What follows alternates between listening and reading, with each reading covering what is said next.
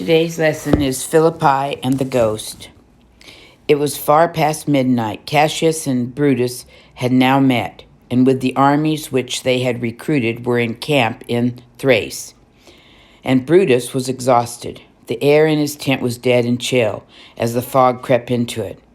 Words danced and blurred on the page before him, but he read on, driving himself feverishly, as he had been doing day and night for weeks. Suddenly, his lamp flickered. He looked up. Through the haze of a light in his eyes, traveled towards the flap of the tent and stopped. "Who are you?" he gasped in a hoarse whisper. "And what do you want?" He was rigid with horror as the ghost drew near.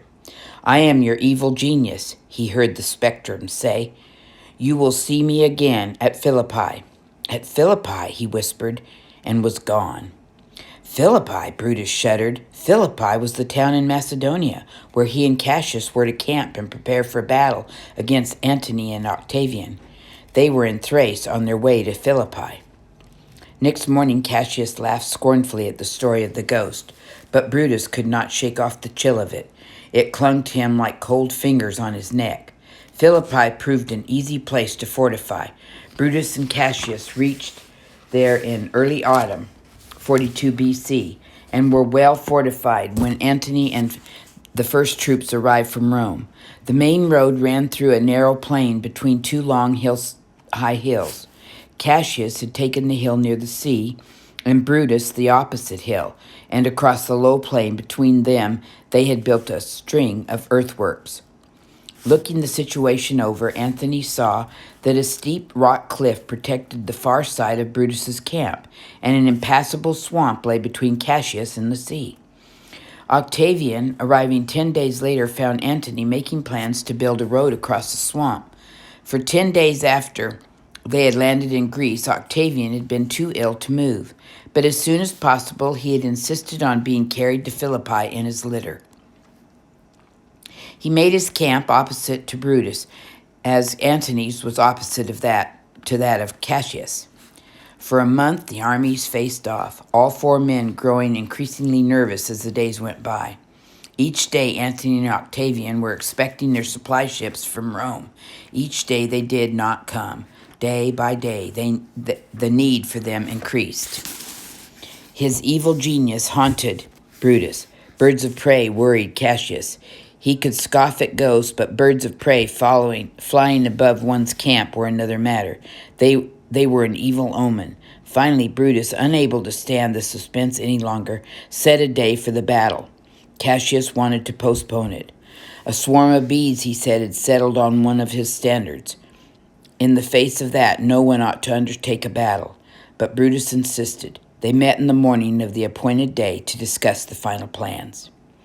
"If the battle should go against us, what do you propose?" asked Cassius, his thin nose looking very pinched and drawn.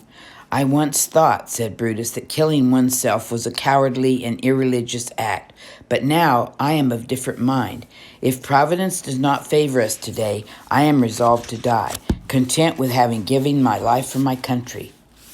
The purification ceremony and sacrifice customary before any battle was then performed for the soldiers. Cassius, still uneasy, became more so when the garland which he was supposed to wear was handed to him upside down. That was bad enough.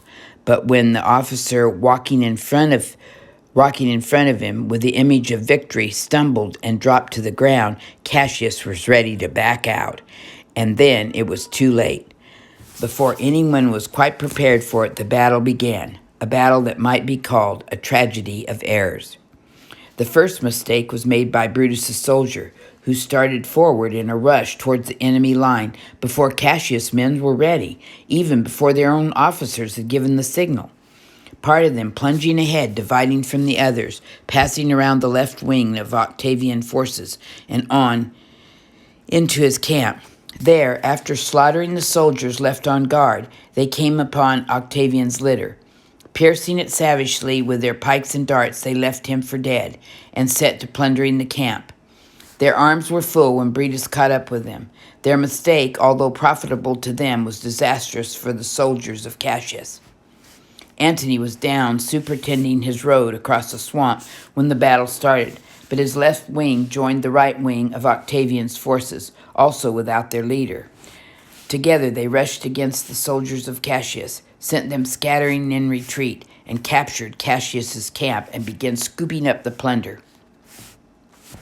Cassius himself had escaped. Unable to keep his forces together, he and a small personal guard had fled to the top of a more distant hill that overlooked the plain.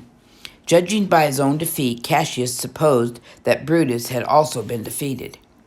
Brutus, on the other hand, judging by his own success, believed that Cassius had also been victorious and so had sent no help to him. In time, being unable from where he stood to make out why Cassius's camp looked so peculiar, Brutus sent over a company of horsemen. Cassius, standing on the small hill, squinting back across the plain, saw the company of horsemen galloping in the dust and mistook them for the enemy. Not completely sure, he sent one of his officers to investigate. The man soon saw that the soldiers were, and they, in turn recognizing him, were so glad to see him alive that they completely surrounded him. But to nearsighted Cassius, it looks as though he had been captured by the enemy. "Great Jupiter," he cried, "how could I now love life so well as to live on? Come," he said grimly to the freedman whom he kept with him in battle for such an emergency. "Strike," he said, pulling his cloak over his head and making his neck bare. "Strike," he told him. The time had come to die. The cavalry riding up and Brutus following later found the freedman gone and Cassius dead, his head severed from his body. The officer stamped himself in remorse, and Brutus wept.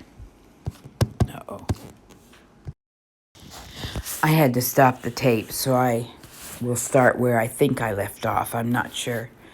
The cavalry riding up, and Brutus followed later, found the freedman stabbed himself in remorse, and Brutus wept.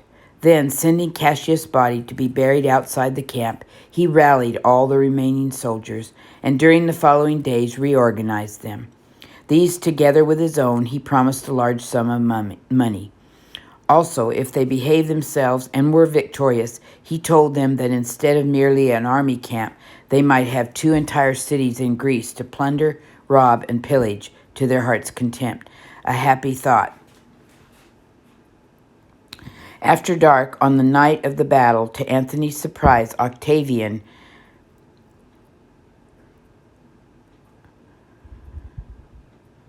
turned up alive.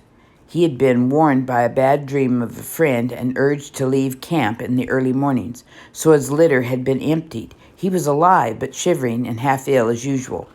Antony's camp was too near the swamp for comfort. It was cold for October, and the tents were pitched in mud and muddles of half-frozen water. They could not stay there long. As soon as the supply ships came, they must attack Brutus, Antony said, and defeat them. They waited another 20 days for the supplies to come and then learned that they would never come. The ships had been destroyed at sea. That night, without further delay, Antony announced to the men that the battle would begin on the following day. And that night Brutus saw his evil genius again. This time it did not speak, just floated into the tent and out like the cold breath of the fog. Brutus would never see it again, nor would he see another night. The next day was to be his last. His forces met with complete defeat. A few brave soldiers remained to defend their leader, but most of them fled before Antony's opposing legion. It was about 3 p.m. when the attack began.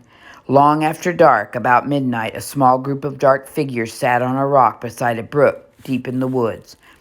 Brutus was bemoaning bitterly those who were not with them, those friends who had been lost in battle. The man beside him slipped down, dipped his helmet in the brook, and handed him a drink of water. They continued to watch for one who had gone to see what had become of their camp. He was to signal with his torch if he got through. There was no signal. Far above the sky was bright stars. At their feet the brook gurgled. Occasionally someone spoke, then relapsed into silence. Brutus made a quiet request of one and then another, which each seemed to refuse. He sat silent for a time, leaning on his hand, At the length he spoke, he thanked them for their loyalty. He said he was angry at Providence only for a country's sake. For my own, I think myself happier than my conquerors. I go, leaving a reputation of virtue. They would be condemned by posterity for having seized power to which they had no right. He rose then and gave his right hand to each in farewell, walked a little way apart from them, and drew his sword, and holding the hilt firmly in both hands, fell upon it and killed himself. After daylight they came. They found his dead body. The soldiers, Octavian and Antony. As they stood there, Octavian remarked with a thin, cold voice, then he wished the head sent to Rome to be placed at the foot of Caesar's statue. Antony shook his head as he stood looking down upon the quiet figure with a sort of puzzled wonder and a certain respect. Unbuckling the clasp of his silent general's cloak, he slipped it off, and with it covered the dead Brutus.